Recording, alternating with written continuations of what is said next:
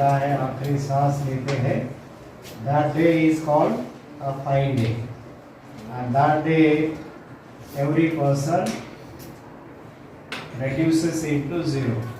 ठीक है, समझो हमारा कोई नाम होता है डब्लू बब्लू, है ना, तो नाम माइनस हो जाता है, इट रिमेन्स ओनली बॉडी। एक मजाक की बात अलग है, लेकिन एक थोड़ी सी सीरियस बात ये भी कि आप लोग अभी very cut throat competitive era में एंट्री करने वाले हैं, राइट। एक स्पर्धात्मक युग में आपका पदार्पण होने वाला है। आप जैसे अभी तक रहे वैसे 10वीं के बाद रहना शायद आपके लिए धोखादायक हो सकता है, इसलिए भी फिट अलर्ट, है ना, बहुत अलर्ट, यानी बहुत एक्टिव होने की ज़रूरत नहीं है। अगर होते हैं तो बहुत अच्छी बात है। प्रज्ञास्थित जो अवस्था होती है, स्टेटिक पोजीशन में आप नहीं रहो। Reason is you are going to enter into a very competitive era, है ना। आपको थोड़ा अपनी सोच लगानी होगी। It is not the thing that always parents या teachers will think about you, they will always push you, है ना। आपको धक्का मारेंगे और आप लोग धक्कर स्टार्ट गाड़ी के जैसा शुरू होंगे, ऐसा नहीं रहो, ठीक है। क्योंकि अभी आपके लाइफ के लिए जो आप निर्णय लेना चाहते हैं, वो निर्णय आपका भी कुछ हद तक होना चाहिए, ना कि केवल either teacher say something or parents say something and you just be the part of it, ऐसा नहीं होना चाहिए, है ना। आपको भी तो कुछ समझता है ना अभी। क्या आप लोग ऐसे समझते हैं कि अभी भी वो स्टेज में है? कौन सी स्टेज? वो वाली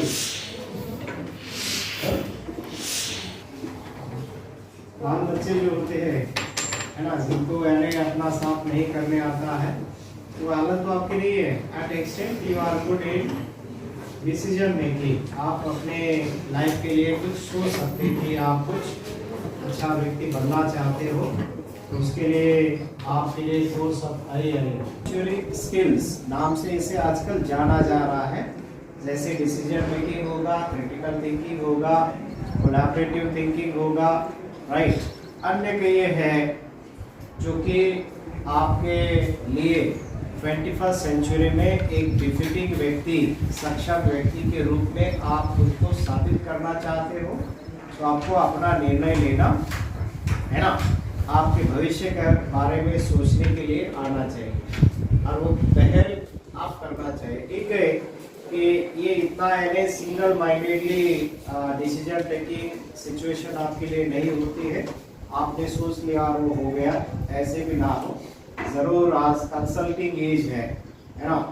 Whenever it is necessary, you should consult, take the services of counselors also, है ना। तो काउंसलर्स में प्रोफेशनल काउंसलर्स हो सकते हैं, पेरेंट काउंसलर्स हो सकते हैं, टीचर्स काउंसलर्स हो सकते हैं, even friends can also counselling. Okay, केवल चलते फिरते सलाह देना यानी काउंसलिंग नहीं है। आपकी जो एबिलिटी है, आपकी जो इंटरेस्ट है, एटीट्यूड है, उसको समझकर आपके लाइफ के लिए, है ना, करियर के लिए अगर कोई सलाह दे सकता है, तो that could be a part of counselling. Otherwise चलते फिरते राहुल को किसी ने पूछा अरे क्या बनना चाहता है, तो राहुल ने कहा कि मुझे डॉक्टर बनने का है ना। और किसी ने कहा है तो डॉक्टर क्या कंडक्टर बन, तो उसने सोचा ठीक है फिर कंडक्टर समझ गए। तो ये सलाह हो सकती है, this is not any counselling. ठीक, काउंसलिंग के लिए जरूरी होता है कि थोड़ा आपका बैकग्राउंड समझना, आपके स्ट्रेंथ वीकनेसेस समझना, राइट, और एप्टीट्यूड को समझ में लेकर एप्टीट्यूड से रिलेटेड यानी आपके इंटरेस्ट से रिलेटेड आपके आज तक जो कुछ स्किल्स आपने आगे उससे रिलेटेड अगर कोई आपको कुछ करने की सजेशन करता है, तो that will be a part of counselling. ठीक, इसलिए ये एज काउंसलिंग लेने का भी है, क्योंकि सिंगल माइंडेडली, है ना, ये वरना हम लोग भी आपको लगते होंगे कि वी आर एक्सपर्टीज, है ना, कि हम भी डिसीजन लेते हैं, तो वी टेक समबडीज सजेशंस, है ना। हम अभी 2-4 लोगों को मैंने क्यों बुलाया? रीजन इज कि this is not any one man show, right? Here or there, these teachers can also suggest something which can be good for you, which can be competitive for you, है ना? इसलिए आप लोग थोड़ा अभी आपके career के बारे में कुछ डिसीजन लेना चाहते हैं, तो it should be a bit sound and well thought decision. ठीक है, साउंड कब हो सकता है? If it is well thought, है ना? सही तरीके से आप जो निर्णय ले रहे हैं उसको आपने 2-4 लोगों का विचार लिया, है ना? आपके एटीट्यूड एप्टीट्यूड से रिलेटेड कुछ अगर निर्णय लिया तो नेचुरली वो साउंड डिसीजन हो सकता है। ओके, आप लोग थोड़ा साउंड डिसीजन लेने के कगार पे है, लेकिन जरूरत है आपको कभी आप टीचर्स की भी सलाह ले लो, पेरेंट्स की भी सलाह ले लो और उससे उचित डिसीजन आप ले लो। ठीक है, अभी डिसीजन आपको ये करना है कि आगे आपको क्या कुछ करना है ना? 11वीं में अगर you are going for arts, commerce, science और any other faculty which you have already thought for, है ना, जिसके लिए आपने सोचा है, राइट? लोगों ने सोचा है, नहीं सोचा है? Thought our own in a proper way. हम सोचते हैं कि मैं कहीं कोटा जाऊंगा, राजस्थान जाऊंगा, है ना, दिल्ली जाऊंगा या और कहीं XYZ भी करूंगा। बहुत सारे बच्चे उधर जा भी रहे हैं, वापस भी आ रहे हैं। ठीक है, क्यों? It was not a well thought, है ना, डिसीजन। कई लोग गए भी है, अभी वापस आ गए। 1 साल गए, 1 साल में वापस आ गए, फिर 2 साल गए, लेकिन कुछ हाथ के बिना ले आए। ठीक है, तो ये यानी this is called herd mentality. Herd mentality समझते? कल्पातली मानसिकता, कल्प जन्मांचा कल्प असतो, है ना? तो ये जो हर्ड मेंटालिटी है, वो हर्ड मेंटालिटी से ऐसे डिसीजन आप लोग नहीं लेंगे, राइट? आप लोग डिसीजन जब लेना है तो आपकी खुद की थोड़ी जो काबिलियत है, आप में जो कोई इंटरेस्ट है, वो इंटरेस्ट को थोड़ा पहचानो, किसी टीचर्स के साथ शेयर करो। अपने यहाँ अगर काउंसलर है, उनके साथ अगर कुछ आपको लगता है कि किसी के गिव सम आइडियाज, उनके साथ शेयर करो, राइट? आपके पेरेंट के साथ आप शेयर करो कि मेरे ये इंटरेस्ट है, आपको क्या पसंद है, पसंद में भी और आपकी चॉइस अलग होगी। तो ऐसे नहीं समझना कि ऐसे बहुत सारे लोग का होता है ना कि पूछा कि आपको क्या पसंद है, तो किसी ने कहा कि मुझे क्रिकेट पसंद है, तो आगे क्या करोगे? तो मैं स्पोर्ट्समैन बनना चाहता हूँ, है ना? एडमिशन किस में ले रहे हैं, है ना? फुटबॉल के लिए एडमिशन ले रहे हैं, क्यों? क्योंकि मुझे क्रिकेट ज़्यादा पसंद है। ऐसे भी कई डिसीजन होते हैं जो कि समझ में नहीं आए। स्पोर्ट्स की बात नहीं कर रहा मैं, यानी हम आपको साइंस पसंद है, साइंस में क्या बी ग्रुप पसंद है या, है ना, दूसरा जो एम ग्रुप पसंद है ना, एम या बी क्या पसंद है पता नहीं। कई लोग 2-2 ऑप्शन रखते हैं, है ना? अभी हालत बेकार थी कि सर लोग देखे हैं कि जो लोग कुछ दिन पहले एग्जाम दे रहे थे, उनको मैंने बहुत एडवांस में और हमारे टीचर्स ने कहा था कि 2-2 ग्रुप नहीं रखो, क्योंकि इट इज़ डिफिकल्ट। ये जो सिलेबस है उसकी डिफिकल्टी लेवल हाई है, तो आप लोग ऐसा विधा में नहीं रहना। यू डिसाइड वन, है ना? कोई भी एक डिसाइड करो और यू गो अहेड। थोड़ा ट्राई करेंगे इसलिए नहीं ले लो, ये ट्राई आपके लिए नुकसानकारक हो सकता है ना?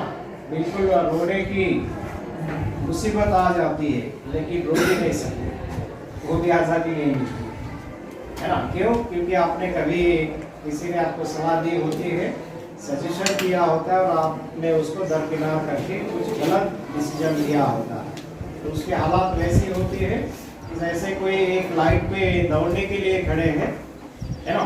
जैसा आपका होता है ना, मान लो कि मैराथन की कंपटीशन है और उसके लाइट्स डिसाइडेड होते हैं, और जब बैटर की आवाज आती है ना, सेट गो, आप फाउल करते हैं, सीटी बजने के पहले दौड़ते हैं, और कुछ अंतर दौड़ने के बाद सामने जो खड़ा होता है एम्पायर, वो बोलता है कि आपका फाउल नहीं होगा है ना। आप लगभग मान लो 1 मिनट 2 मिनट दौड़कर सबसे आगे गए होते हैं, लेकिन वहाँ पता चलता है कि आपका फाउल हो चुका है। वहां से आकर आप दौड़ सकते बाद में, दौड़ सकते क्या? इन केस दौड़ भी जाओगे तो यू कैन नॉट बी, ये हालात। तो वैसे ही यानी आप 2 साल तक कोई सब्जेक्ट लेके जाते हैं और परीक्षा के पहले महीने कीबोर्ड फर्स्ट सेकंड में पता चलता है यार it is very difficult, it is undigestable, है ना, ये डाइजेस्ट नहीं कर पा रहे, बराबर है। इसकी चपाती डाइजेस्ट करना ओके, लेकिन ये कैसे दिमाग में डाइजेस्ट करे, मुश्किल होता है। neither teacher can help you, neither you can help yourself, ये हालात होते हैं। इसलिए आप लोग जो डिसीजंस लेंगे वो थोड़ा कंसल्ट करके डिसीजन ले लो। ऐसे एक तरफी जो डिसीजन होता है, सिंगल माइंडेडली डिसीजन लेने का एज आज बचा नहीं है, ओके। और जो लोग नवोदय में रहना चाहते हैं, those who are eligible, right, आप लोग ये नहीं सोचो कि अभी हमारे यहाँ परमानेंट टीचर्स की कमी है, परमानेंट टीचर आएंगे या नहीं आएंगे, राइट। इस बार मास रिक्रूटमेंट हो चुका है, मास समझते ना, बड़े पैमाने पे रिक्रूटमेंट हो चुका है, एंड इट इज श्योर कि परमानेंट टीचर सब जगह है, ठीक है। मैक्सिमम रिक्रूटमेंट जिसको कहते हैं वो हो चुकी है, और पक्का चांसेस ये है कि परमानेंट टीचर्स आएंगे। साथ में लास्ट ईयर ये इतना पक्का नहीं था कि जैसे हमारे प्रवीण सर कोऑर्डिनेटर है, आपका जो कॉम्पिटिटिव एग्जाम से JEE और नीट है ना, ये मॉनिटर करते हैं, तो उसको भी इस साल काफ़ी कॉम्प्रिहेंसिव वे से हम इम्प्लीमेंट करने जा रहे हैं, राइट। जो टैब हमने लाए हैं, राइट, इस साल क्लासेस में हर क्लास में वाईफाई कनेक्टिविटी आएगी, राइट, और ये टैब्स क्लास में ही रखकर आपके लिए इस्तेमाल करने की सुविधा हम कर रहे हैं, ठीक। तो स्पेशली उधर जाना और चला तो ठीक, नहीं तो नहीं, ऐसा नहीं होगा, राइट। और आफ्टरनून के मैक्सिमम क्लासेस नीट और JEE के लिए, है ना, चलेंगे, राइट। जो समस्या यहाँ पे पहले चल रही थी कि यानी नीट और इंजीनियरिंग के जो भी क्लासेस है नहीं चलते थे, सो दैट मैक्सिमम फीलिंग कि चलो आप हम बाहर जाए, तो वो अगर कारण के लिए आप लोग बाहर जाना चाह रहे हैं तो इट इज नॉट नेसेसरी। तो जो 2 विधाएं यहाँ पे आपके मन में थी कि परमानेंट टीचर्स और क्लासेस, तो ये दोनों की भी व्यवस्था समिति ने की है, राइट। और जिसको कहा जाए कि अपग्रेडेशन ऑफ क्लासेस, डॉर्मेटरीज और सभी लैब्स, ये ऑलरेडी हो चुका है, राइट। कई आप लोग आगे चल के देखेंगे कि जो मॉडिफिकेशन है उसमें हो रहा है, जैसे ये बेंचेस वगैरह है लास्ट ईयर आगे, इस साल भी ये अपडेट होने जा रहे हैं।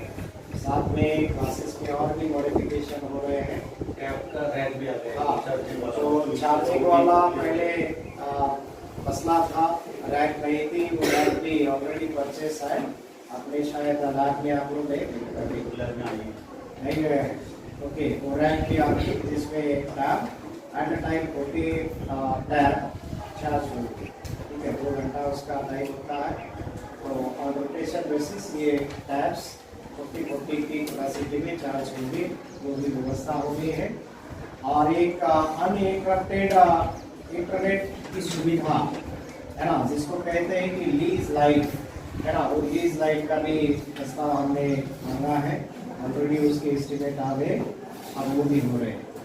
साथ में शायद आप लोगों को बताया होगा कि अभी ये जो अपना सामने वाला पोर्शन है वो भी कट करके वो साइड से 18 क्लासरूम्स नए आ रहे हैं, कितने 18 क्लासरूम नए बन रहे हैं, ओके। उसका भी ऑलरेडी जैसे हमारे DC वगैरह आए थे उस समय एक प्रपोजल बना है, और वो भी जल्दी ही काम शुरू हो सकता है। दूसरा आप लोग ये देख रहे हैं बाहर से आपकी जो सेफ्टी मैटर है ना, खास लड़कियों के लिए काफ़ी डर रही थी कोई आ रहा है ना, तो वो आप यानी अप्रैल में देखेंगे कि पूरा ये खत्म हो जाएगा काम, राइट। बहुत सारा अपडेशन इन डिफरेंट एरियाज ये हो रहा है, तो आप ऐसा नहीं सोचो कि शायद नेक्स्ट ईयर भी कोई टीचर होंगे या नहीं होंगे, क्लासेस होगी नहीं होगी, ये नहीं होगा। अभी 1 तारीख से 11वीं की क्लासेस शुरू हो रहे हैं, ओके, 1 तारीख से। आपको बताया किसी ने? बाकी जो जैसे आपने सुना होगा कि लातूर पैटर्न सुना है? अरे हाय ना, कई लोग जा रहे हैं लातूर को, उसी कॉलेज में नहीं पढ़ा है, ओके, जहाँ आज भी एडमिशन केवल हार्डली 1 दिन में खत्म हो जाता है, ओनली 1 डे, ठीक है। बाद में कल जाओगे तो एडमिशन नहीं मिलता है, ऑनलाइन रजिस्ट्रेशन वगैरह होता है। तो वो क्या करते हैं, तो एडवांस में आपका जो सिलेबस है वो कवर करते हैं।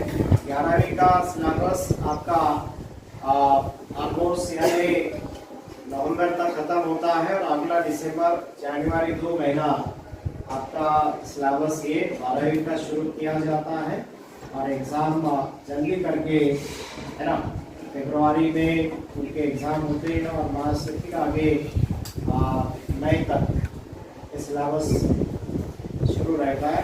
ऑलमोस्ट वैकेशन में सिलेबस खत्म हो जाता है, बाद में केवल उनका चलता है रिवीजन टेस्ट, ठीक है, जिससे ओवरऑल जितना टेक्स्ट है ऑलमोस्ट बाय हार्ट हो जाता है, यानी आपको बाद में कहीं ढूंढने की, किसी से मांगने की नौबत नहीं आती, ओके। उसी को कहते हैं लातूर पैटर्न, एडवांस में everything can be done, right. और प्रैक्टिस इतनी की जाती है कि यानी आपको लास्ट में कोई किताब लेने की जरूरत ही नहीं है, यानी रिवीजन के लिए भी जरूरत नहीं पड़ती, इतनी रिवीजन होती है, राइट, जिसके चलते बच्चे फुल्ली कॉन्फिडेंट होते हैं। यानी आप लोग अभी जैसा डर लग रहा है ना कि मैथ्स में क्या होगा, ठीक ठाक होगा, ऐसे लग रहा है ना, या कुछ गड़बड़ होगा? Yes sir, very good.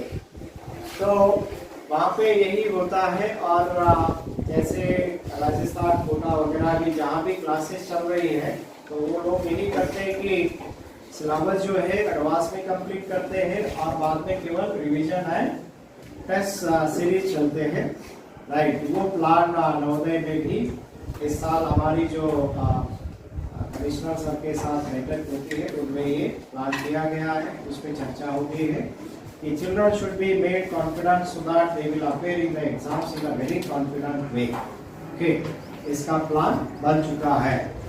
लेकिन हमारे यहाँ भी प्रॉब्लम ये है कि आप में से बहुत सारे जो लोग हैं एलिजिबल ही नहीं है। एक है, दूसरा नलिनी है, फिर है मनोज शिंदे है, अक्षता पाटिल, भावना वर्वी, ठीक है, संदीप पावरा, ये है आयुषी है, संजय सावे, ये दिशांत पवार, ठीक है, जुलिया पाड़वी, जुलिया है, वैष्णवी शिंदे, आदित्य,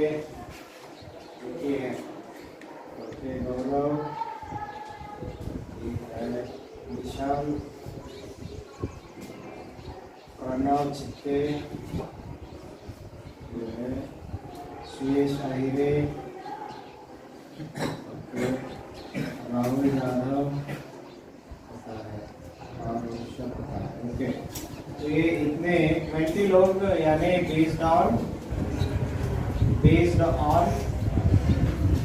टेस्ट 3, 4 सेकंड, इतने ही लोग इसे एलिजिबल है और इनको प्रोविजनल एडमिशन प्रोविजनल समझते हैं।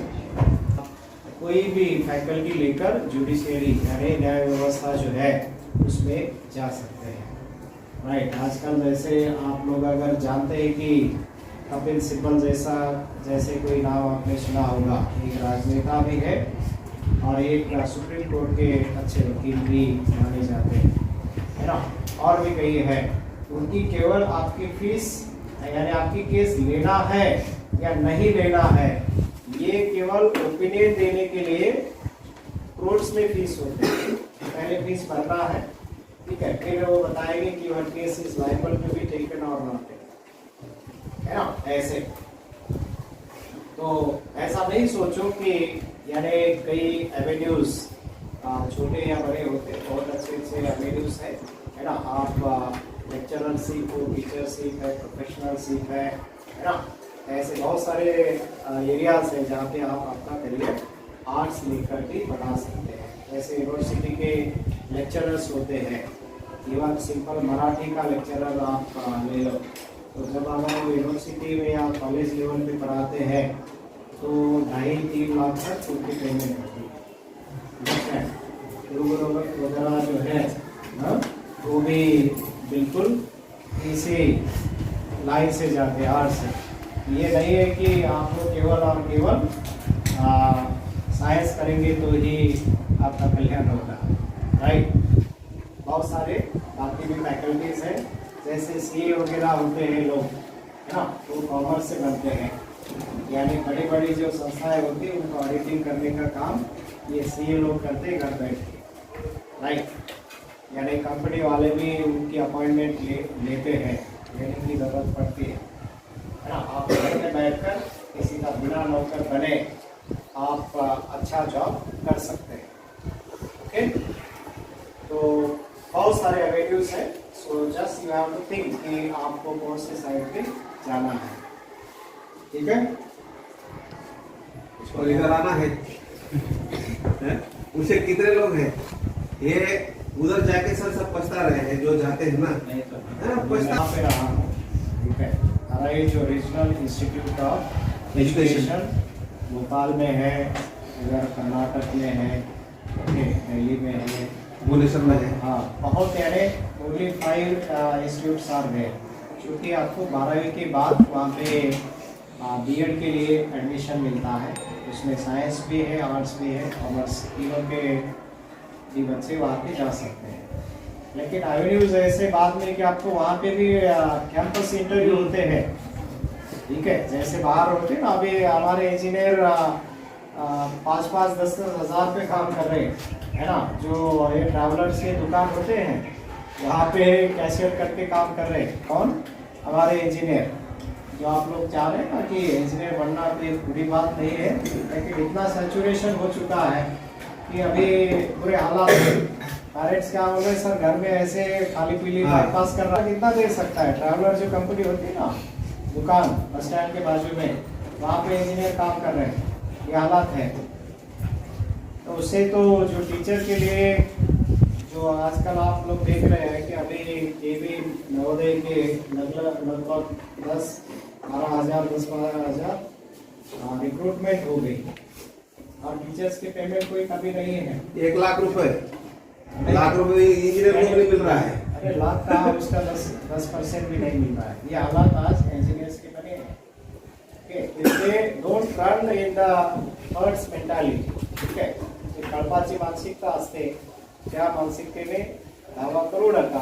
जरूर तुम्ही सायन्स घ्या, कॉमर्स घ्या, it is up to you, लेकिन आपको टीचिंग फील्ड के लिए भी बहुत सारे अच्छे एवेन्यूज हैं, ठीक है। सिंपल प्राइमरी टीचर भी अच्छे सम्मान की जगह पे है, राइट। हाई स्कूल वाले टीचर हो, जूनियर लेक्चरर, एक सीनियर लेक्चरर है, प्रोफेसर्स है ना, वीसी तक यानी वाइस चांसलर तक आपको चांस होता है, समझ गए, ये टीचिंग फील्ड में। आगे अगर आप लोग कहीं पॉलिटिक्स में बड़े होने के बाद जाते हो तो आप लोग तो बिल्कुल सेंट्रल मिनिस्टर तक, यानी जो हमारे बहुत सारे हैं, मनोहर जोशी थे, है ना, वो एजुकेशन मिनिस्टर भी, राजनाथ सिंह भी वो भी लेक्चरर थे कॉलेज में।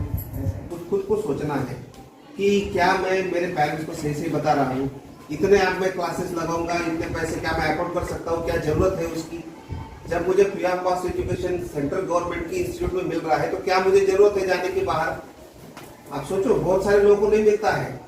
हमें तो अभी शायद इवन नंदुरबार में भी आपके लेटेस्ट कॉलेज शुरू हो गया मेडिकल का। हाँ, मेडिकल सर सेंट्रल यूनिवर्सिटी आ रही है नंदुरबार में, सेंट्रल यूनिवर्सिटी भी आ रही है नंदुरबार में। तो आप पेरेंट्स को सही सही बताना है। मित्र जो होते हैं आपके फ्रेंड्स सीनियर्स, उनके इसके कहने में नहीं आना है। में मतलब खुद डिसीजन लो। आपके पेरेंट्स की स्थिति देखो, पैसा बहुत इंपॉर्टेंट होता है। आप उनको बताएंगे तो वो करेंगे, लेकिन आपको खुद को भी सोचना है ना। और नवोदय से जाकर सर कितने नवोदय में से IAS और IITs में और MBBS में जा रहे हैं, वो तो सब मिथ्या है कि क्लासेस से ही होता है। बहुत सारे बच्चे ऐसे ही जा रहे हैं। आप प्रयास करोगे तो ये तो आपकी सिंसियरिटी पर स्टडी पे डिपेंड है। रिसोर्सेज तो सब अवेलेबल है यहाँ पर। हाँ? तो पेरेंट्स को सही से आपको बताना है, सोचना है ना। कई पेरेंट्स मेरे हाउस में जो कई पेरेंट्स थे वो तो है, वो बोल रहे कि सर हम लोग इधर ही कंटिन्यू करेंगे। उनको भी मैंने गाइड किया कि आप बाहर जाके इतना पैसा खर्च करोगे, आउटपुट क्या है उसका, कुछ आउटपुट नहीं आ रहा है। 2 साल का 7-8 लाख रुपए चलो ड्रॉप करना पड़ेगा तो 10 लाख। हाँ, ड्रॉप करना तो 10 लाख से ज्यादा। वो तो लूट रहे हैं बस इनको, क्योंकि कई आप में से है मानो को जो पेरेंट को मिसगाइड करते हैं। ऐसा मत करो। आप पैसा जो होता है ना, 100 रुपए कमाने के लिए पूछ के देखो आपके माँ बाप को कि 100 रुपीज कमाने के लिए कितना मेहनत लगता है। आपको ये इधर रह के उसका इम्पोर्टेंस नहीं पता चलेगा, लेकिन पैसा बहुत मायने रखता है। और देखो, हमारे लिए 10 बच्चे भी आए तो भी हमें पढ़ाना है, और 40 आए तो भी पढ़ाना है। लेकिन हम जो एक तरह का आपसे एफिनिटी है, उसकी वजह से हम लोग आपको बता रहे हैं। आप पहले से हम आपको ग्रूम करके आ रहे हैं, तो हमें पता है कि आप कर सकते हैं। बाकी एडमिशन से हमको 10 आए 5 आए वो तो चलना ही है, लेकिन आप नवोदय हो, हम चाहते हैं कि आप पूरा 12वीं तक हमारे यहाँ रहे। सर इवन आर्ट्स के लिए भी हम लोग भेजने वाले हैं। आर्ट्स कॉमर्स जिसको लेना है, सर ने बताया होगा आपको। हम नहीं चाहते कि आप 12वीं तक हमसे दूर हो जाए, 12वीं तक आप रहो हमारे साथ। पेरेंट्स का भी फायदा होगा। आप एग्जाम दे के आए हैं, ये को कॉमर्स लड़की इधर साइंस में एडमिशन हुआ था, लेकिन उसको कॉमर्स करना था तो सर ने उसके लिए स्पेशल एक करके उसको सातारा में दी है। सविता हाँ, कॉमर्स के लिए गई है, वो सीए होना चाहती है। तो नवोदय जो देगा, आप एक बात तो तय लिख लो, बाहर किसी को पूछ लो, जो नवोदय देगा वो कोई संस्था आपको नहीं दे सकती। इतना तो पक्का है, आपको भी पता है ये, और आपके पेरेंट्स को भी पता है। जिस भी फील्ड में आप लोग अभी यानी आज तक का अनुभव है, जिस भी फील्ड में हमारे बच्चे जा रहे हैं वो लीड कर रहे हैं। लीड कर रहे हैं, बिल्कुल ठीक है। वहाँ पे यानी किसी के पीछे चलने की उनकी यानी जरूरत नहीं पड़ती है। They are in the steering position, दूसरों को गाइड करने की पोजीशन में है। क्यों? क्योंकि आप लोग यहाँ पे जो काम करते हैं ना, कभी क्लास कैप्टन है, कभी हाउस कैप्टन है, कभी कोई इलेक्ट्रिसिटी इंचार्ज है, कभी फैन कैप्टन है, तो कभी क्लीनिंग का इंचार्ज है। तो ये इंचार्ज या कैप्टनसी से आपको जो आत्मबल मिलता है, ठीक है, डिसीजन मेकिंग की पावर मिलती है, उसके चलते आप बाहर जाने के बाद यार ये करना या नहीं करना है विचार आपके पास नहीं होता है। लेकिन समझो कि जैसे बच्चे होते हैं जो पेरेंटिंग में अटक गए हैं, पेरेंट ने बताया और किया, अंडरस्टैंड। इसलिए नवोदय से जो भी पढ़कर बच्चे जा रहे हैं आजकल बाहर, वो लीड कर रहे हैं बाहर, यानी अच्छे पोजीशन में, जहाँ जिनको जॉब मिला है वो अच्छी तरह से कर रहे हैं, अच्छी तरह से वो निभा रहे हैं। और खास करके सबने जैसे बताया कि जो क्लास 1 ऑफिसर्स हैं उनकी तादाद धीरे धीरे बढ़ रही है। 10-12 तो IAS प्रॉपर IAS दे रहा है नवोदय हर साल। इस साल के 25 है वो प्लस सर्विसेज में, केवल IAS, बाकी तो IRS IPS है काफी है, लेकिन IAS 25 आ गए इस बार। ये जो निगेटिव है ना, जो बताते होंगे आपको, इसको बिल्कुल भी ध्यान मत दो, क्योंकि आपको हम सही गाइड करेंगे। कई जो है ना फ्रेंड्स आपके होंगे, अरे इधर कुछ नहीं, चलो चलो आए तू भाई, मैंने वो खुद पत्थर मार रहा है, दूसरे को भी बोल रहा है कि तू भी तेरे मैं जा रहा हूँ ना, इसलिए सब जाओ। अरे जाके क्या करोगे आप? सोचो, आपको इतना आपका महीने का खर्चा हिसाब लगा के देखो बाहर कितना होगा, खाना पीना कपड़ा सब। आपको सर आदत है, आप सरकारी बेटा है ना वो 20,000 रुपये खर्च करता है हर मंथ का। हाँ, इतना खर्चा है। तो आपको जो भी इस तरह का बात बता रहा है ना, आपके फ्रेंड्स ज्यादातर मुझे पता है गलत विचार के हाँ। शिकार नहीं हाँ, हो। उनके शिकार मत हो जाना। आप पेरेंट्स के बारे में सोचना जरा कि इतना खर्चा, इतना पैसा मैं अगर पेरेंट का बचाता। अच्छा, बाहर जाके श्योर शॉर्ट रिजल्ट नहीं है ना, सबने क्लासेस चला है, सब जानते हैं कि क्या श्योर शॉर्ट। 500 बच्चे रहते, पहले हाँ। टेस्ट होते, उसमें से सेक्शन बनते, जो टैलेंटेड है वो ए, उससे नीचे बी, उससे नीचे, हाँ। और ई की तरफ तो ध्यान ही नहीं देते, ध्यान देते सिर्फ सेक्शन ए, और वही रिजल्ट होता तो है। फिल्टर- बाकी तो फिल्टर फॉर्मेलिटीज होता है। है। हर टेस्ट है ना? में फिल्टर होता है। ये बात। अब देखो, ये जो बच्चा आपको बता रहा है कि इधर करो उधर करो, एक बात आप दिमाग में फिट करो, उन्होंने यहाँ कितनी पढ़ाई की और आप कितनी देख रहे हो ईमानदारी ना? से की है। आपको- अगर उसने ईमानदारी से पढ़ाई की है और वो बता रहा है तो थोड़ा सा थिंक करना है, अगर उसने नहीं किया तो उसका बिल्कुल सुनना है ना। तो यहाँ जो आपको मिल रहा है वो कहीं नहीं मिलेगा। ये एक ही बात है कि आपको पूरे मन से करना है। एक समझना है कि 11th और 12th क्लास अलग नहीं है, पहले दिन से लगे रहना है। 1 अप्रैल से बिल्कुल ईमानदारी से जो सेट हम बताएंगे, स्टडी हॉर्स बताएंगे, उसको फॉलो करोगे तो डेफिनेटली आपका नीट का रिजल्ट हो, जेडबल का हो, या कोई भी आपने जो डिसाइड किया है, डेफिनेटली उसमें आपका रिजल्ट आएगा। मगर आपको खुद के प्रति ईमानदार होना पड़ेगा, पहले दिन से आपको करना पड़ेगा, कोई भी यहाँ पीछे नहीं रहेगा। और एक कोचिंग का जो है ना, वो भी कोलैबोरेशन हुआ है, अभी 2 दिन चल रहा था। पूरे हफ्ते भर इसी साल में पूरे हफ्ते भर, क्योंकि देखो समिति भी बदल रही है, जैसे समय बदल रहा है ना, वैसे समिति बदल रही। भाई बाहर बच्चे जा रहे हैं, इसका मतलब क्लासेस का अट्रैक्शन है, तो अभी 2 दिन लाया है। इसके बाद हफ्ते भर हर दिन एटलीस्ट 2 से 3 घंटे आपका चलना शुरू होगा मेल के दौरान। ये सब तय है, ये किसी सभी में आप जानते हैं, मीटिंग में बोला था, इशू क्या है सर? लेटर भी इशू क्या आएंगे, 2-3 घंटा आपका नीट का, जेई का जो भी है वो चलेगा, और होने वाला है। एक दिन ऐसा आएगा, अभी जल्दी हो जाएगा कि जो प्राइवेट कोचिंग उधर मिलता है उसके साथ कोलैबोरेट करके, क्योंकि समिति के पास पैसा है, हमें पैसा मिलता है, बहुत पैसा है हमारे पास, कोई पैसे की चिंता नहीं है। तो समिति एंगेज करके जो दक्षिणा है, और कौन सा चल रहा है सर? अवंतिका है, तो वो एनेबल कंटिन्यू का है। हाँ, एनेबल जो है, हाँ। पुणे एनेबल, तो बिल्कुल डेली चल रहा है, 3 घंटे 3 का से 4, 4 से 5, है ना? तो जो जाएगा वो पछताएगा। माने वहाँ जो 5-6 लाख रुपए फीस दे के पाने वाला था, इधर वो फ्री ऑफ कॉस्ट दे रहा है। सिर्फ ये है कि हाँ। आपको ईमानदारी से वो करना है, बस। और आपके सर सक्सेस यहाँ पर 40 की बैच होगी, ये चाहे किसी कितने बड़े क्लास में जाओ, आपको 150 से कम में बैच 100 से नहीं तो कम नहीं। आप चाहे एलन जाओ, चाहे रेजोनेंस जाओ, चाहे आप मोशन जाओ या आकाश जाओ, 150 से कम बैच नहीं होगी। आप बताओ कहाँ आप हवा में हो जाओगे, कोई पता भी नहीं चलेगा। मेरे क्लास में 80 बच्चे, तो बताओ, की क्लास में इधर हम लोग एकदम एक नाम से जानते हैं हर एक को, टीचर आपको जानता है, टीचर इंडिविजुअल मिलता है, वहाँ टीचर मिलना कितना मुश्किल होता है सर।